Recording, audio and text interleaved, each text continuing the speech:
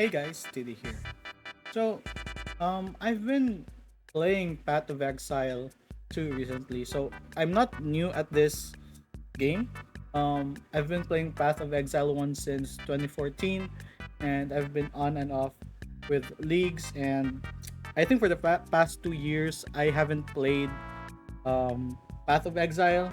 So the recent one, the Settlers of Kalgur, which was on PoE 1, and it was released on around July of 2024.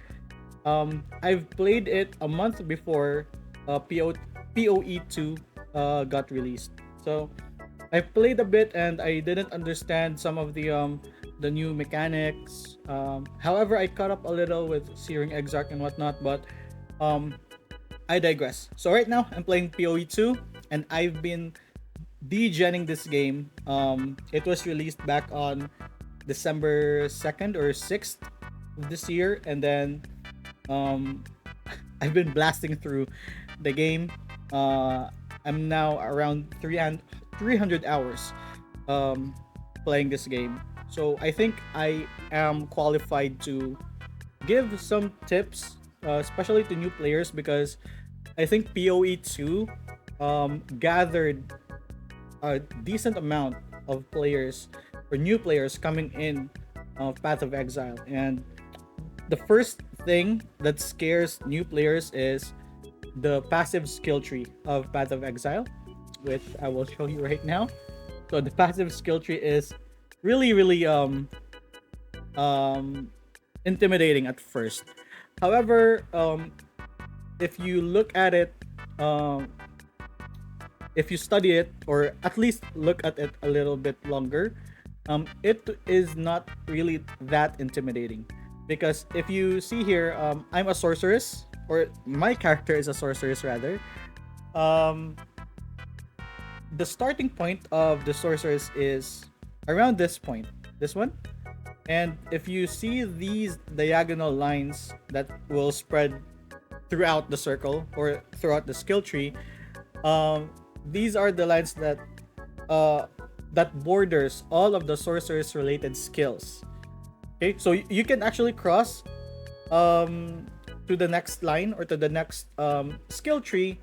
However, most of the used skills within your class or starting class rather is around the perimeter of these slant or diagonal lines or the triangle, so to speak. So you can also search, like for example, if you're playing a lightning build or a fire build, you can search some keywords that will highlight those skills that are tagged or have those words in them. So, for example, for this one, freeze build up, there is extra fire damage against frozen enemies. So, you can search your skills and tailor them to your build.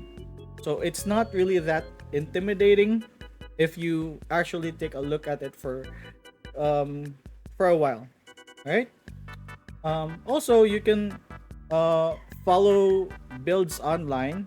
Although I will suggest to not do that if this is your first time playing Path of Exile, because the first time is really like it's really just a one-time experience when you build your own character and figure out uh, the nooks and cranny of how to build or how to optimize your build, right?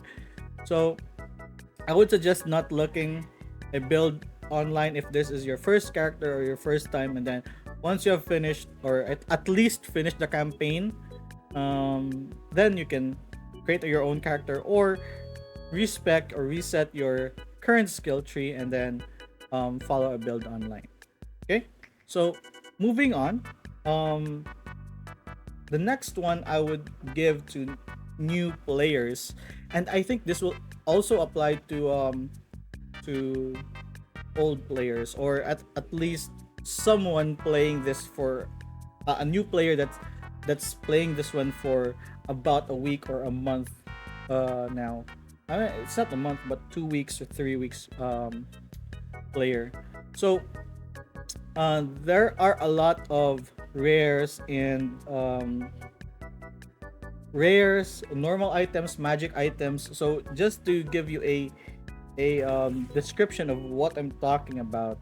So a normal item, I don't have a normal item, but basically, let's see. Let's pretend that this item is white.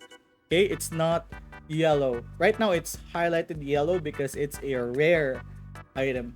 So normal items are highlighted in white, and there are no stats for that item. So it's just like a base item. Okay, and then magic items will be highlighted in blue. So I think I have a magic item. So this also, I will discuss later about stash tabs, but for you guys that has stash tab, you can actually search magic, and it will highlight magic items like this one. Okay, so magic items are highlighted in blue, and it has at least one stat. Okay, and at max has two stat lines, one prefix and one suffix. Okay, so in Path of Exile, each item that can be that doesn't have a static stat line um, can have up to six stats or stat line.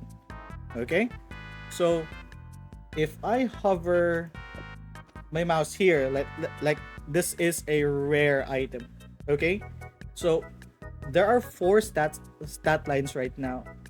How do we know if this is a prefix or a suffix?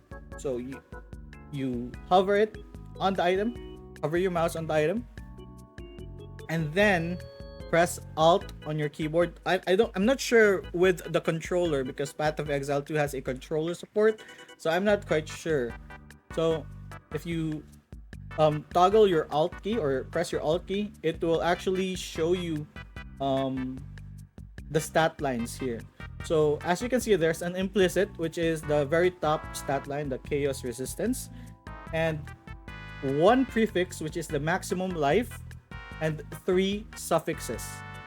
Okay, so with that in mind, you can only know that this item can only fit two prefixes because, as I've said earlier, each item has a maximum of six stat lines, three prefixes and three suffixes. So this stat line cannot fit in chaos resistance because chaos resistance is a suffix. So it can actually the only prefix or stat lines that this item can fit is either evasion rating, energy shield, or evasion rating and energy shield, or any other prefix that is available. I think mana is a prefix as well, and as well as spirit. So we're going in. Again, crafting is kind of rudimentary in Path of Exile 2 because we don't have the crafting bench from Path of Exile 1. Okay, so for Path of Exile 2, it's not really it's rough on the edges because the only crafting, or the only accessible crafting rather, from the lower level is using the crafting currencies that we get from killing monsters or killing bosses or dismantling items. So I'm sure that the guys that have been playing Path of Exile are already aware what I'm talking about, right? So that's my next tip. So for beginners and the ones who are in endgame, this might be a useful tip, and this is how I made my currency in Path of Exile. So let's say I looted a ring or this jacket or this body armor in the map. So as you can see here, this is a goated body armor. It has maximum life and all the three resistances.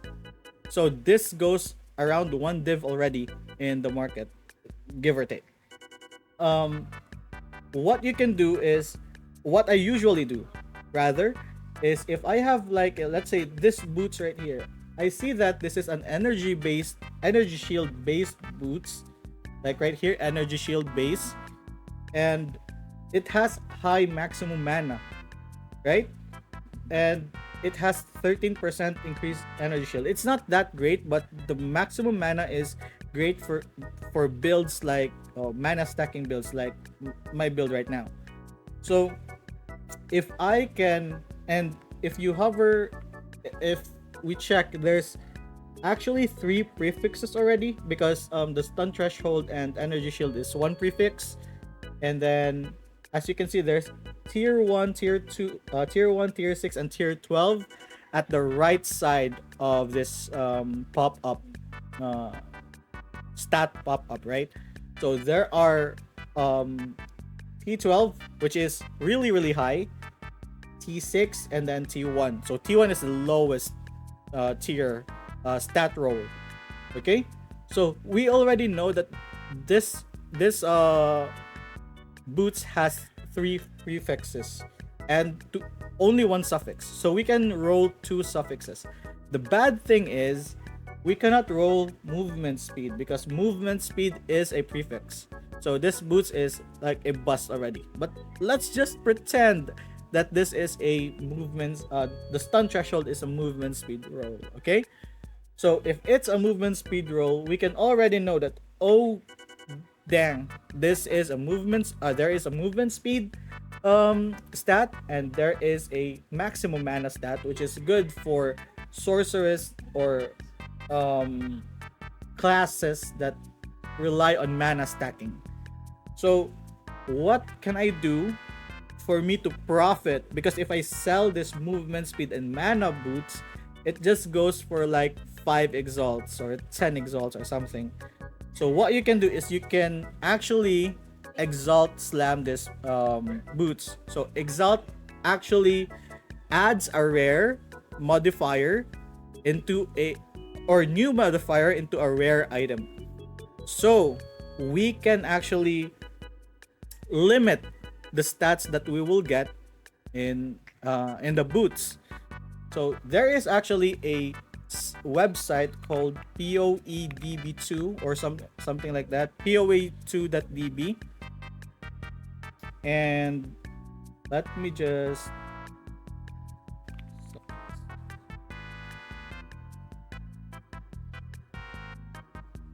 modifiers. There you go. Okay, so modifiers. When you go to modifiers, there are a lot of modifiers here. Like for example, boots. Let's go to boots int because that's our boots, right? So if I click here, you can already know what are the modifiers available in game. So again, we can only roll two suffixes in that in the boots that we have right now. So we can roll intelligence, the resistances, or any of these reduced attribute requirements, stun threshold, life regeneration per second, and so on. So you can already know which stat you're gonna get, or at least the range of stats that you will be getting when you exalt slam those boots. So let's go back in game. All right, so let's try exalt slamming these boots. Okay, so let's pretend again that the energy shield, or sorry, stun threshold is a movement speed.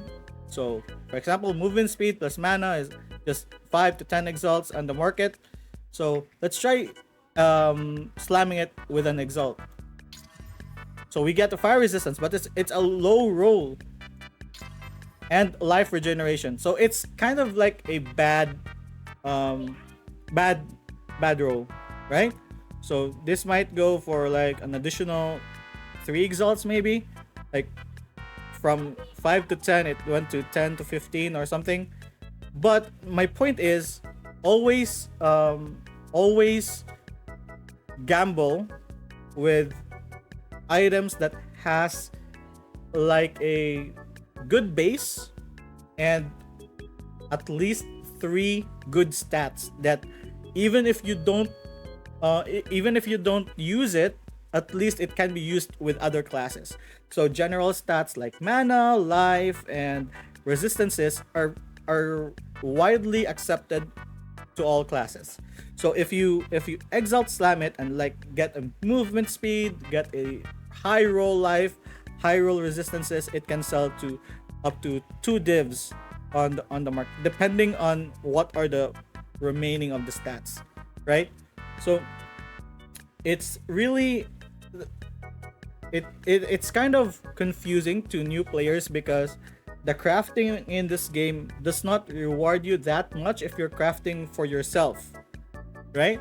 But if you're just gambling your resources or currency that you don't need, right? Please let this be a note. Currency you don't need, you will gamble it with good rolled items, which has 3 to 4 good stats. You can gamble your exalts and um, r- raise the price of that item, or you can just sell the item as is and make a small amount of money and like gather up some currency to gear yourself. Because I would suggest right now, with the current state of crafting in PoE, it's and you're playing in the trade league, it's better to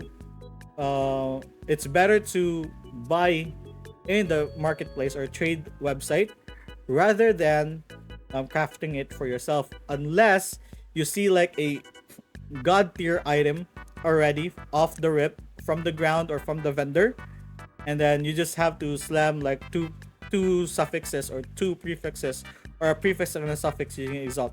That is a good deal already. If you have 4 stat lines that you can use with a good base, and then it's an upgrade on your current item, don't hesitate to slam like an exalt or 2.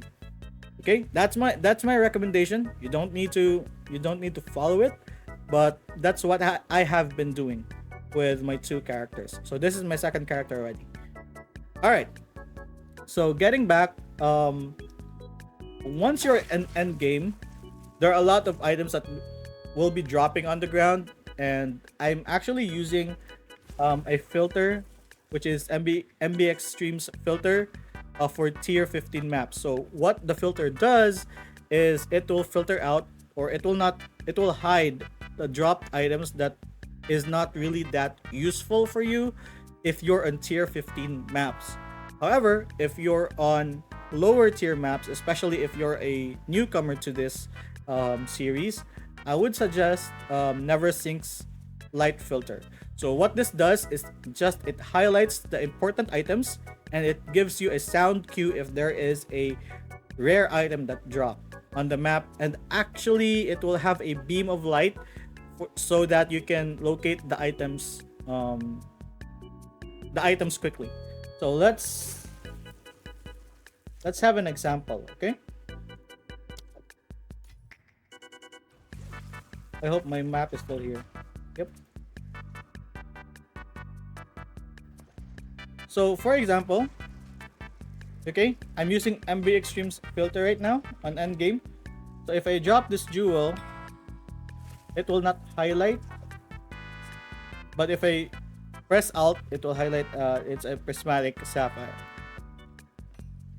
But if I drop this exalted orb, there is a beam of light indicating that this is a rare item of this tier. Okay. But if I drop an orb of transmutation, it will show nothing on the map.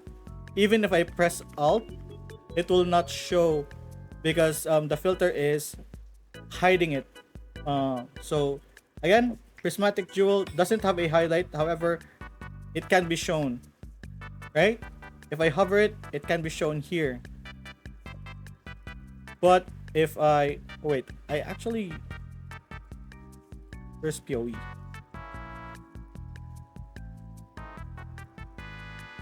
Okay, there's my cursor. So again, if I hover it, it can be shown, right? But the orb of transmutation is not shown. That's because of the filter of MB Extremes filter. However, if you use Never Sinks filter,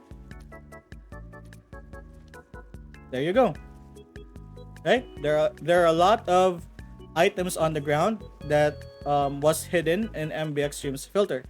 So these items that are being shown right now is not that impactful for me, and it would save me time not to mine those items or not seeing those items and consider looting them.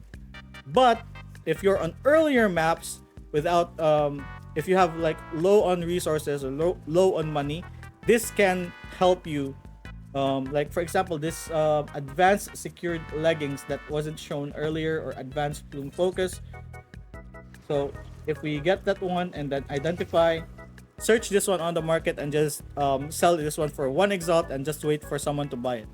So it's just, whoa, this is 30% movement speed. So it's just that simple. It's kind of like hard work as well, because you're vending these items, and then every time you're in the map, there's someone, hey, I want to buy this item for 1 exalt.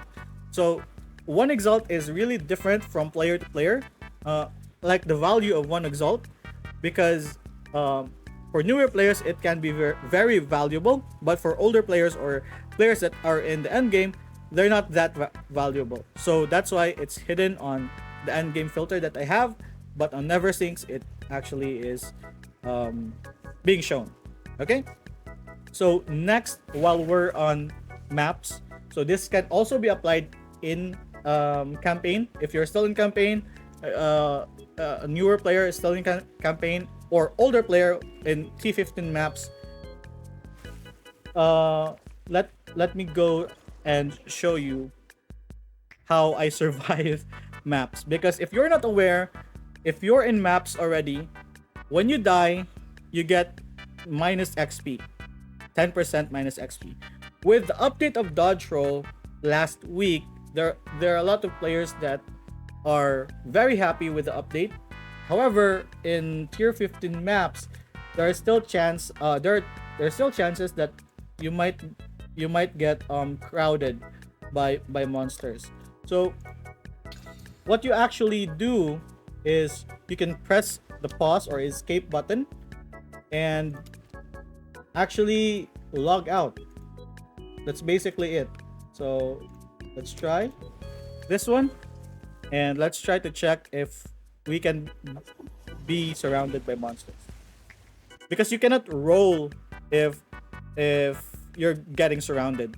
You can be stun locked and you cannot roll out of the crowd. So for example, right here, for example, I got surrounded. I can just press escape, right, and then exit to login screen. It's kind of a cheat, really, but it's there. Developers intended it. They said they intended it. And select my character. My camera lags when it's loading screen. So once I'm back, my teleport is on the beginning point of the map. So once I go back to my teleporter,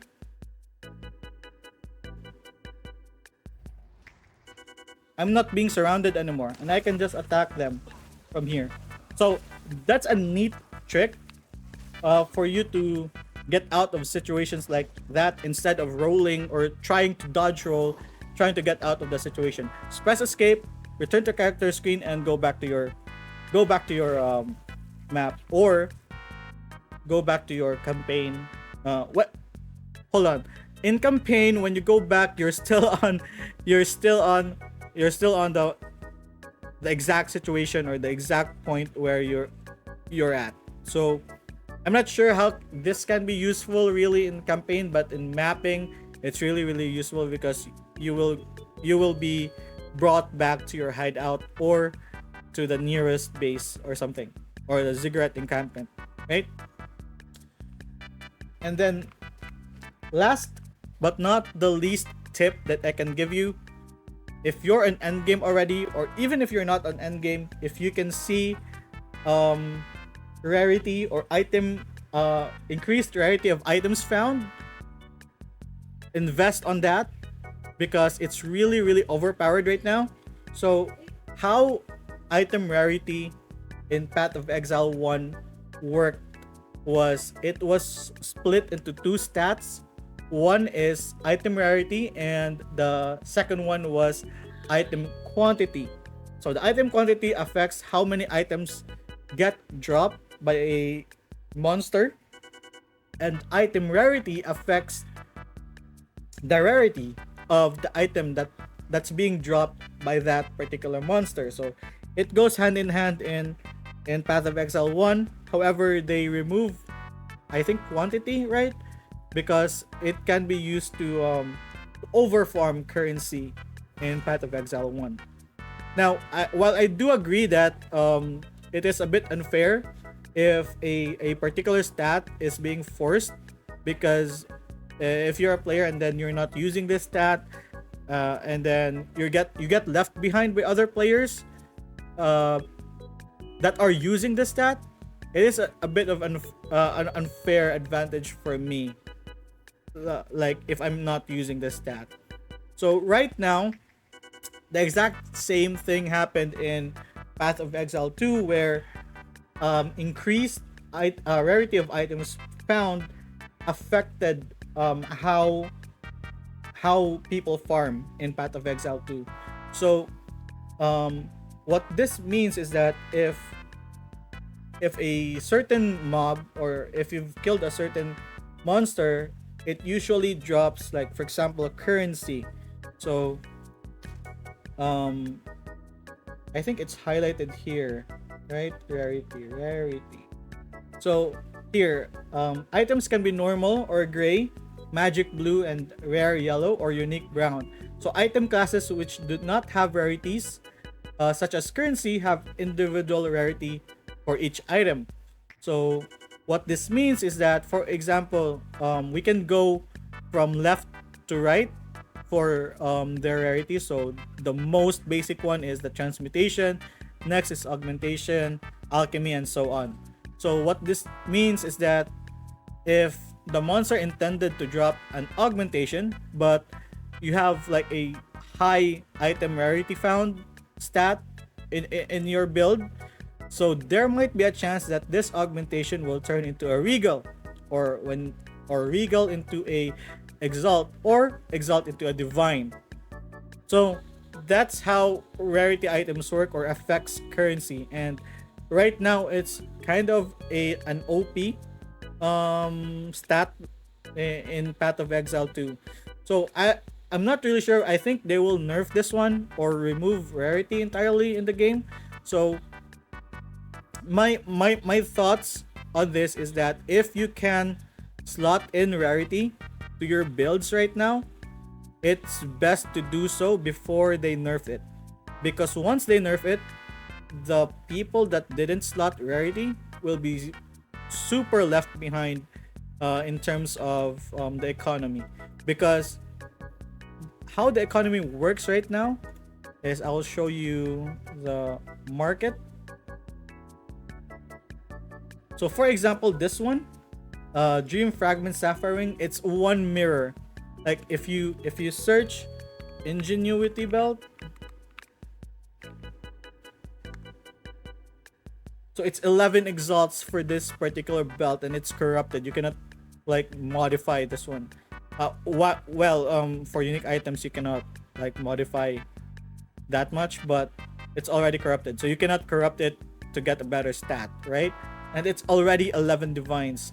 11 divines is really really expensive. And how this works when they nerf rarity is that the value of divines will, I think, skyrocket, because it will have less and less drops because rarity is being nerfed. So the people that doesn't have farm or currency that is being that has saved currency in their stash will have a much harder time gearing towards endgame, because the items will be skyrocketing, because the value of divine will be higher right now. So for example, what I think will happen is that right now when we go to currency exchange, so one divine is 89 exalted orbs. So I think this will skyrocket. Sorry, I'm not showing my screen. I'm dumb. All right. So one divine is 88.5 exalted orbs, and I think this value will skyrocket once rarity will be nerfed. And the people that are not slotting rarity right now will be so left behind in terms of market value and economy of PoE. So right now, if you can slot rarity and farm those divines, farm those exalted orbs, it would be much better, um, or much advantage. You get more advantage right now if you farm right now. So slot in rarity, and also last thing for newbies, always max your resistances, because on the end game or every chapter there is a minus 10 resistance, and in the end game if you don't have this max you will most likely get one shot. Even if you have this max you will still likely get one shot. So always make sure to max this out. Chaos resistance is important as well. However, I am not specking for this one because I have this node right here, which is chaos inoculation. Now, I actually before I end, right? So I actually encountered posts or threads that are claiming chaos inoculation is very overpowered because of chaos damage, because of the immunity of chaos damage and how energy shield works. I think I know why they are getting that impression. However, I don't necessarily agree with their sentiment, because chaos inoculation was in PoE 1 or is still in PoE 1 with the same exact effect. And the same exact strat is being used where you boost up your energy shield and take chaos inoculation. I think what I think is that how they're telling it's OP is that because there are really, really little life nodes on the skill tree, and towards end game there are a lot of chaos mobs, chaos attacks. So the ones that most likely will one shot players that are not specking into chaos inoculation are chaos attacks. So the ones who are specking in chaos inoculation will not likely get affected by those chaos attacks or poison or bleed, because those are relative to chaos damage. So that's why they are claiming it to be overpowered because of that specific reason. However, if GGG will adjust the mob types and their attacks, like for example add more physical based attacks from mobs or elemental based attacks on mobs, I think this will be a lot more balanced. But right now in the end game there are a lot of chaos damage that are coming from monsters and mobs. That's why they are claiming that it's overpowered or something. I think that's it for my video. I might make another one, but I actually saw MTash video, and that's why I got inspired to make this video of PoE.